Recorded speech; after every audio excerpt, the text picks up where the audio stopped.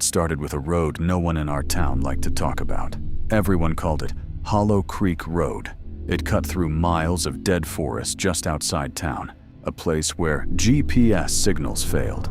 And even during the day, sunlight barely touched the ground. There were stories attached to that road long before I was born. Missing hikers, crashed cars with no drivers, strange lights moving between the trees at night. Most people laughed it off, but nobody drove there after midnight. When I was 17, that warning sounded more like an invitation.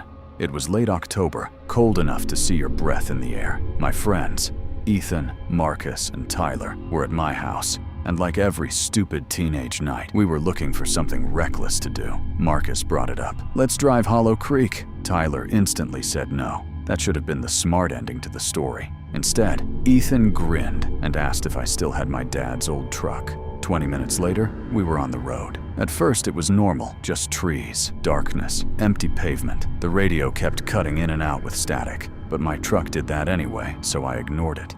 About 15 minutes in, we passed the old bridge. That bridge had its own legend. People said a woman died there in the 70s after her car went through the railing and into the creek below. Supposedly, if you stopped your car at midnight, she would appear in the rearview mirror. Naturally, Marcus told me to stop. I told him he was insane. He kept pushing. Eventually, because teenage boys are stupid and pride is dangerous, I pulled over. The engine idled. No one spoke. The woods were silent. Too silent.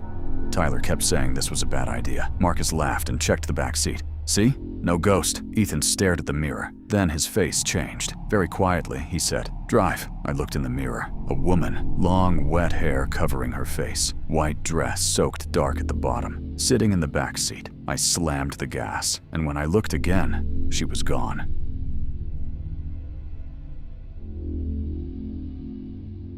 My cousin Leah had just moved into an old farmhouse outside town with her parents. Huge property. Endless cornfields. No neighbors for miles. The house looked like something from a nightmare. 3 floors, ancient wood floors, cracked windows, a barn sitting crooked in the distance. The first night I stayed there, I woke up at exactly 2:14 a.m. I heard footsteps above me. Slow footsteps. Then I heard a child laughing.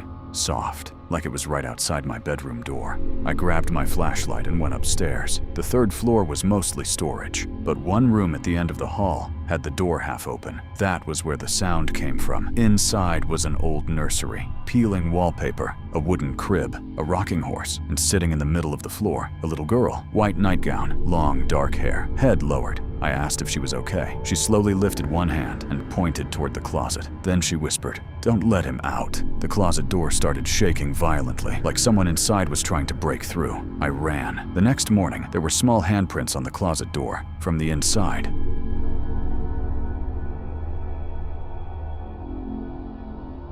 When I was 19, my parents went away for the weekend, which meant party. By midnight, only my close friends remained. We were sitting in the living room when my girlfriend Ava asked why there was an old locked door in the basement. I hated that door. At the far end of our unfinished basement was a small wooden door with a rusted lock. My dad always told me, never open it. No explanation, just never. Marcus found a hammer. 10 minutes later, the lock was broken. Inside was a staircase leading down, a second basement, a hidden room, concrete walls, one chair in the center, facing the wall, and scratched into the concrete were the words, "Don't listen," repeated hundreds of times. Then we heard whispering, soft, close. The chair slowly turned, and sitting there was an old man, thin, wearing hospital clothes, head lowered. Then he lifted his face, smiled, and whispered, "I told your father I'd wait." We ran. The next day, my father told me the truth. An old man once lived there. He believed voices lived in that basement. He was found dead in that chair, smiling. And sometimes, even now, around 3 a.m.,